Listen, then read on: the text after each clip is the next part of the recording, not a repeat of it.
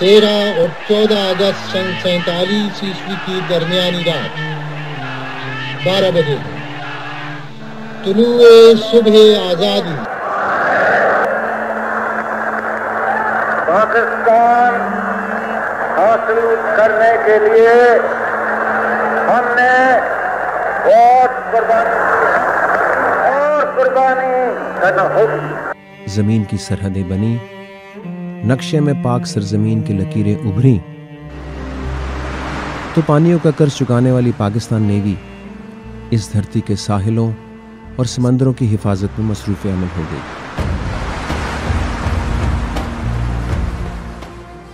نومولود پاکستان کے اوائل کے برسوں میں جہاں بحری اثاثوں کی گنتی شروع ہوتے ہی ختم ہو جاتی تھی، وہیں پیشہ وری اور فرض شناسی کے اعلیٰ معیار اور اقدار بحریہ کے ہر جوان کی پہچان بن چکے تھے۔ سطح آب، فضا اور ساحلوں کے ساتھ ساتھ زیر آب نگرانی کے امور سر انجام دینے کے لیے سب مرین فورس کے آغاز سے جڑی جوش و ولولے کی تاریخ کی کونپلیں بھی وہیں سے پھوٹیں۔ زیر آب جہد کی تاریخ کا پہلا باب سب مرین غازی تھی۔ میرے بحری اور ہوائی افواج کی پیارے مجاہدوں، آگے بڑھو۔ ابھی سب مرین سروس آغاز ہی میں تھی کہ 65 کا ستمبر آن پہنچا، جو دشمن کے لیے ستمگر ثابت ہوا۔ نیم تاریک آپریشن روم سے سب میرینرز نے نہ صرف ارض پاک کا دفاع کیا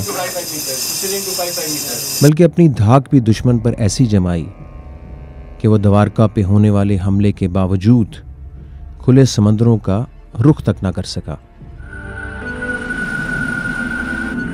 وقت کے اوراق پلٹے اور 71 کا یک بستہ دسمبر آیا۔ دشمن اپنے مذموم ارادوں سے باز نہ آیا اور ایک بار پھر ارض پاک کے پانیوں کا رخ کر لیا۔ سب مرین غازی اپنے فرض سے غافل نہ تھی۔ وہ بھارتی بحریہ کے طیارہ بردار جہاز وکرانت کو نشانہ بنانے کے لیے رخت سفر باندھ چکی تھی۔ غازی کی ذمہ داریوں میں دشمن کے پانیوں میں بارودی سرنگیں بچھانا بھی شامل تھا۔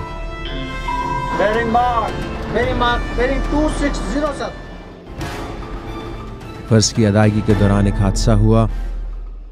غازی ملک و قوم کے لیے شہید ہو کر نہ صرف امر ہو گئی بلکہ اپنے پیچھے شجاعت اور ولولے کے انمٹ نقوش بھی چھوڑ گئی۔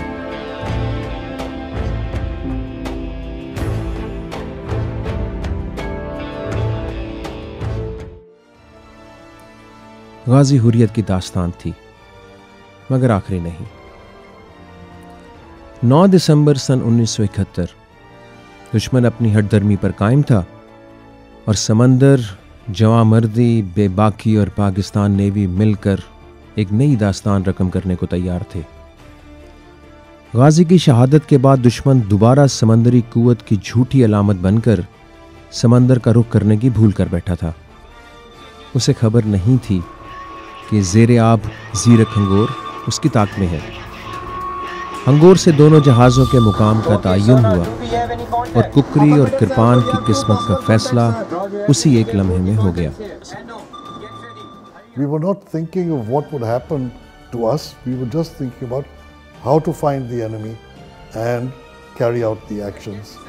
زیرک کی عادت میں ہنگور کے سب میرینرز نے ککری اور کرپان کا پیچھا کرنے کے بجائے ان کے ہدف پر آنے کا انتظار کرنے کی حکمت عملی اپنائی۔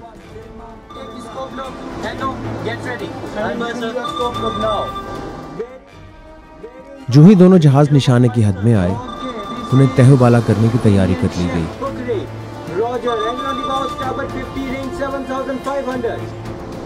I had confidence in my ops room team کہ یہ فائر ایلیمنٹس فٹ کر لیں گے۔ انہوں نے کیے، ہم نے ٹرن راؤنڈ کر کے پیچھے سے ٹورپیڈو مارا۔ ٹورپیڈو فائر ہوا۔ سونار کے اوپر جو آپریٹر بیٹھا ہوا تھا پیٹی آفیسر، وہ منٹ ٹو منٹ رپورٹ دے رہا تھا، target bearing so and so, torpedo bearing so and so, target bearing so and so, torpedo bearing so and so. Hangor میں موجود پاک بحریہ کے بہادر جوانوں کے اعصاب مربوط تھے۔ ایک ایک سب میرینر فتح کا نکارہ سننے کے لیے ہماتن گوش تھا۔ ٹورپیڈو کے اپنے مسکن سے نکلنے کے کچھ دیر بعد ہی سمندر کی گہرائیوں کو دہلا دینے والا دھماکہ سنائی دیا۔ یک پیٹی آفیسر مسکین نے ایک نعرہ مارا، ٹورپیڈو. وہ اتنا گلوریس ایکسپلوژن تھا کہ ذہن میں کوئی کسی قسم کا ڈاؤٹ نہیں رہ گیا کہ یہ ٹورپیڈو بالکل ہدف پر جا کر لگا ہے. محنت وصول ہوئی. نعرہ تکبیر، اللہ اکبر کے نعرے لگ گئے. Lieutenant commander Shafiq at that time chief ERA Shafiq, اس نے انجن روم چھوڑا اور میرے پاس آ کے کہتے ہیں کنگریچولیشن کیپٹن صاحب.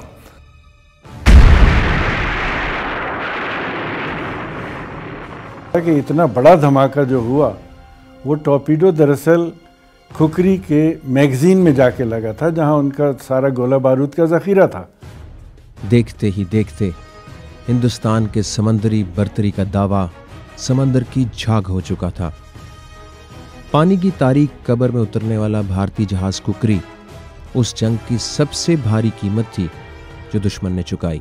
دوسری عالمی جنگ کے بعد پہلی بار کسی آبدوز نے ایک بحری جہاز ڈبویا تھا. بڑا فخر ہے ہمیں اس بات پر. سیکنڈ ورلڈ وار کے بعد پوری دنیا میں واحد سبمرین ایکشن جس میں کوئی جہاز ڈوبا ہے وہ ہنگور کا ایکشن تھا. یہ چند برسوں یا دہائیوں کی بات نہیں تھی، بلکہ یہ مارکا تا قیامت عسکری تاریخ کا ایک انمٹ باب بن چکا تھا. ہنگور کا نام رہے گا کیونکہ ہنگور نے جو کچھ کیا ہے یہ ایک ملک کے لیے کیا ہے، پاکستان نیوی کے لیے کیا ہے اور پاکستان سبمرین کے لیے کیا ہے.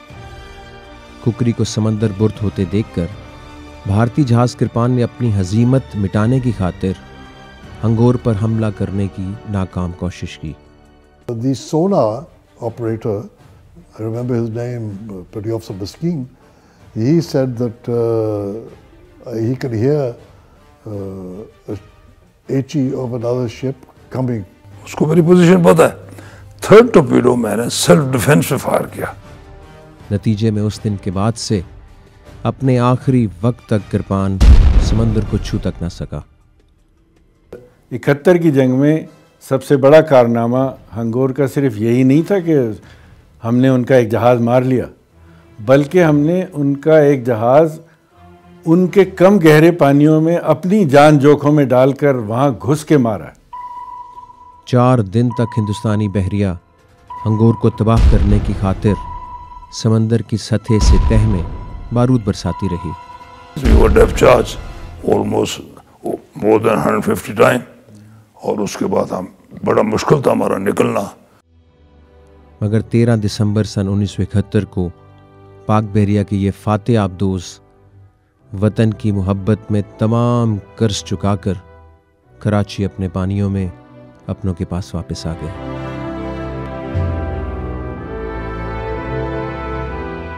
ہنگور کی شجاعت کی روایت آج تک پاکستان نیوی کے بیڑے میں شامل سبمرینرز منوان نبھاتے چلے آ رہے ہیں. سبمرین سروس کے اپنے فرض سے عہدہ برا ہونے والے، محاذ جنگ پہ سب سے پہلا پہرا بٹھانے والے یہ لوگ تکمیل وفا کے بعد سب سے آخر میں اپنے پانیوں کو لوٹتے ہیں. اس راہ میں پہنائی، تنہائی اور گہرے پانیوں میں اپنوں سے دوری ہے، لیکن یہ سروس سب سے اول، سب سے بہتر اور اب بھی سب سے بہترین کا دعویٰ تمام قربانیاں دل و جان سے ادا کر کے پورا کرتی ہے اور اندھیروں کے اس مسکن میں اپنے اولین مقصد کو یاد رکھ کر حب وطن میں رواں دواں رہتی ہے.